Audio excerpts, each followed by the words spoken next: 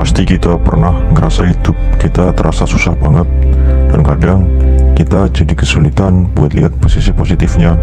Tapi kalau kita bisa lihat sisi positifnya, justru ini bisa memberikan pengaruh yang luar biasa buat hidup kita.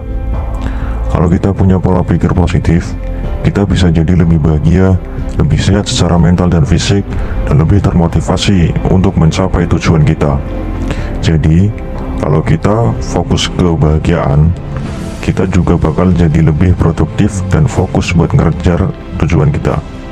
Tapi memang gak gampang buat mulai berpikir positif, apalagi jika kita sudah terlalu dalam memiliki pikiran yang negatif. Kita butuh latihan dan konsistensi untuk bisa bikin pola pikir kita menjadi lebih positif. Ada beberapa cara yang bisa kita lakukan buat bantu ngebangun pola pikir kita menjadi positif. Yang pertama, coba deh latihan buat bersyukur setiap hari. Alihkan perhatian kita ke hal-hal yang kita punya daripada fokus ke hal-hal yang kita nggak punya. Misalnya, coba catat beberapa hal kecil setiap hari yang kita syukuri.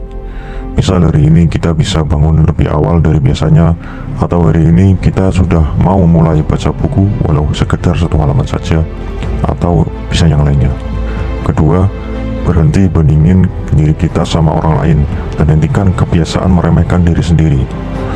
Fokus saja ke progres yang udah kita capai, bukan malah fokus ke kesalahan yang udah kita lakuin. Daripada kita fokus ke kesalahan yang udah kita lakuin, mendingan kita lakuin hal yang bisa menjauhkan kita dari melakukan kesalahan yang tadi kita lakukan.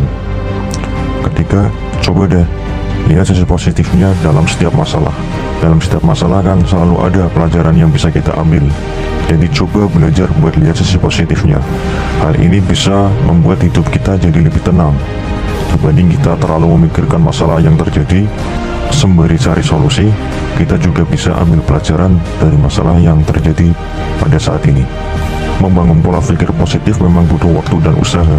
Tapi kalau kita ngerjain hal ini, kita bisa bikin pola pikir kita jadi lebih positif dan hidup kita jadi lebih baik.